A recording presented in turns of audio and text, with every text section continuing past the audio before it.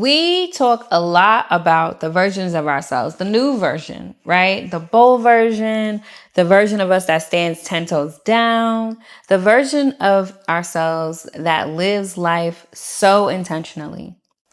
But we do not talk about the funeral that we had to have for the old versions of ourselves, the versions of ourselves that didn't know any better.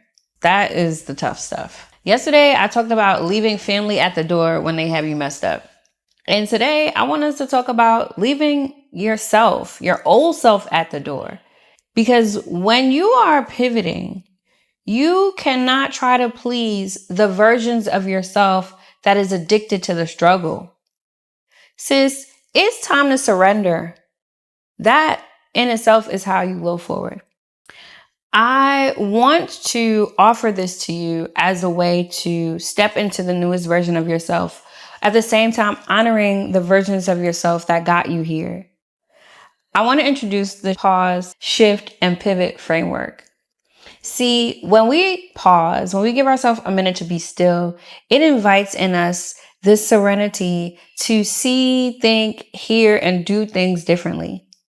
We tend to acknowledge the options that we have when we are able to take a moment to just be still. When you look at the versions of yourself, the old versions of yourself, the people pleaser, the good girl, the one who held everything together, when you pause and take a look at those versions, you're able to just thank her, to show her gratitude for all that she did to keep you alive, to keep you safe, to help you survive all that you've been through. We honor our past versions of ourselves when we pause. We are able to get real and let her know that we're grateful for the versions. But babe, you can't go this way. You can't go forward. You are not a part of this next season. After we pause, we've got to shift, right? And I always say that shifting is the internal things that we do. And so when you're shifting and doing this internal work, what you're really doing is shifting your identity. You're going from the girl who was just trying to the woman who has arrived. And that looks different for everybody. And it's not easy to shift your identity, to shift your mindset, to get some new habits in place that takes you from one version to the next. But when you are growing, when you are in a season of growth, it is a requirement that you shift your identity from one version to the newest version. Again, thanking her, appreciating her, showing her mad love. But babe, we got to keep the ball rolling. We got to keep this thing moving. We are here to grow. So we pause and we shift, right? And then comes the pivoting. Now, this is where things can get a little crazy for us, but it's cool. When you decide to take action, what you're saying to yourself is that I am honoring where I have to go. I am headed in this direction and I need to become this version of myself to get there. Like yesterday, I shared about my wedding day and how my family, everybody didn't get to come because one thing led to another and boundaries are violated and I had to stand 10 toes down on my piece, right? And in that moment, what I did was go from the good girl, the girl who followed all the rules, who did right by everybody, did everything that she was supposed to do. I went from being that girl to being a very grounded woman. I, in myself, felt myself being like, I don't play about me like y'all taught me to, right? My family had instilled in me to protect my boundaries. But what they didn't recognize was that included protecting my boundaries when it came to them. When you pause and thank the versions of you, recognizing that you can't take these versions where you're going. When you shift internally, shifting your identity, going from one version of yourself to the next. And then when you act on that, when you step fully into it and start saying it to people and putting things in place that shows them that you're not playing about the next version of yourself, life gets different. and in the best ways. You don't lose when you choose your newest self. And you don't lose when you choose to honor your old selves too. So I want you to think about the pause, the shift, and the pivot the next time you are called into a different identity, called to step into a different version of yourselves. And sis, I see you. I promise you, I know where you are and I know where you've been if this video is resonating with you. You've shifted, you have paused, and sometimes we're afraid to do the pivot piece. And if you are someone like I have been who has feared the fallout and feared the blowback from taking action when it comes to stepping into the newest version of yourself, you don't need to do any more work alone. You don't need to experience this alone and try to figure it out by yourself. What you need is an intuitive strategy.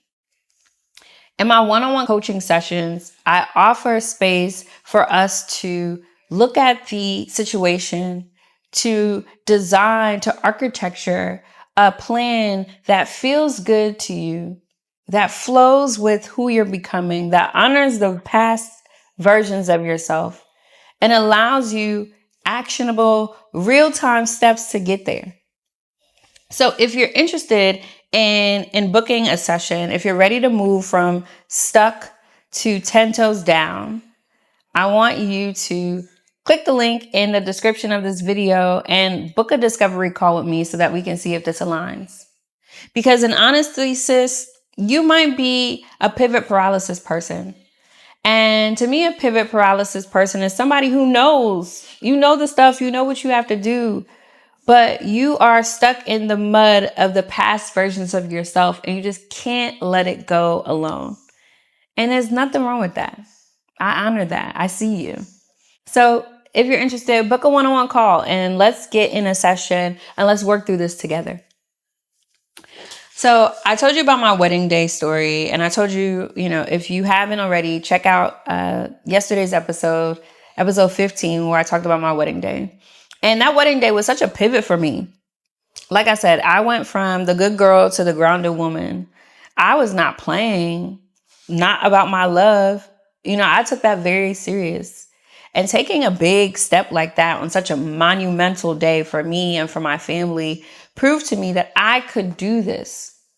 See, sometimes we don't have the confidence to do all the things that we know we need to do for the past versions of ourselves and for the future versions of ourselves. Sometimes we can't see it all the way through. But when you take action, when you leave the old versions of yourselves where they need to be left so that you can move forward, you step into the next level of your evolution with such joy and such pride and integrity. And it feels so damn good. I felt good about standing up for myself that day. Every time I have to pivot and leave old versions of myself behind, yeah, I grit my teeth through it and I still do it. I know it's not supposed to feel comfortable. It is supposed to happen though. It's doable. And I flow with that. I also want to acknowledge the grief of growth. It is not easy, okay? But it is completely okay to honor the versions of who you used to be. It's necessary to have funeral for the versions of yourself who existed so that you could exist today. It's almost important that we do. To have a ceremony for the versions that got you here but can't take you there. It is not wrong. It is, I don't want to use the word normal because what does that mean? But it's almost healing. It's very healing to honor yourself in that way. Because when we don't honor ourselves, the past versions of who we used to be, what we say is that, those versions were wrong. Those versions were not enough. I hated who I used to be. And that feels, ugh. I don't know how to describe it other than it feels like a disservice. I'll say that. It feels like a disservice to do that to yourself because you were who you needed to be. You were the one who didn't know as much as you do today. So it's okay to grieve growth. It's a part of the journey. It is a necessity when you're leveling up. You cannot take all those versions with you. When you are called for more, when you know that you have more to do here, when you have a calling on your spirit, you are going to have to shed layers like the snakes as they grow into new versions, bigger versions of those. And I'm not calling you a snake, right? But like snakes, we have to shed layers. Everyone sheds skin, even humans. Everyone sheds skin. And so look at this evolution, look at leaving old versions of yourself as the shedding of the skin so that you can step into the fullness of a new version of a new body. I want to give you this reflection question for you to sit with today. What is one version of yourself that you're ready to lay to rest today? Call that person out. If it's the people pleaser, if it's the good girl, if it's the I help everybody, if it's the strong friend, if it's the, I don't know, the supportive one, the one who always has the answers. What version of yourself are you tired of holding on to that you're like, I'm done with that? The people pleaser, Kanisha, gone.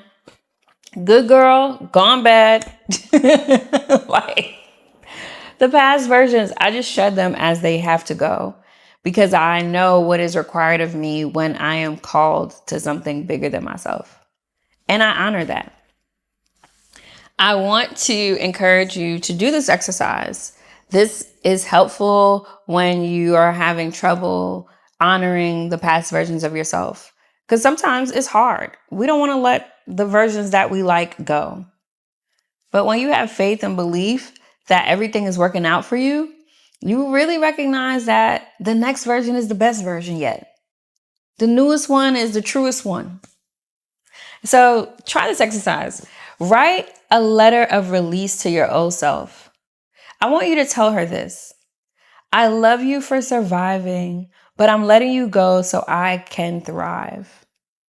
And when you're writing this list, when you're writing this letter, list 3 habits that version had, that the people pleaser had, that the go-to girl, that the know-it-all, that the one who is too quiet or too loud. List 3 versions, 3 habits that version of yourself had that you no longer have room for today. List them, honor them, thank them. See y'all later, right? Tell it to it's laid to rest today. And if you feel encouraged, go ahead and burn the letter, friend. But write this letter of release and remind yourself that you needed that old version to get here. But that old version can't take you there. It is time to have the funeral for the old versions of who you are so that you can fully, intentionally, and wholly step into this newest version of yourself. It makes the pivot a lot easier when you're not holding on and fighting to who you used to be. So remember to surrender yourself just as often as you're growing into your newest self. Surrender, thank, acknowledge, and move on. I'm here to support you with any of the things. If you would like to share your answer for the reflection question, the version of yourself that you're ready to lay to rest today, drop it in the comments. I read and reply to every single one. And if you didn't check out yesterday's video, go ahead and check that one out. It applies to this. It applies to surrendering family. And today applies to surrendering yourself. This is the work that we're being called to do in this season. And I hope this video resonated with you. I will see you tomorrow for day 17. I can't believe 17 of these videos. I'm learning so much every single day, and I hope that you are too. All right, friends. Peace.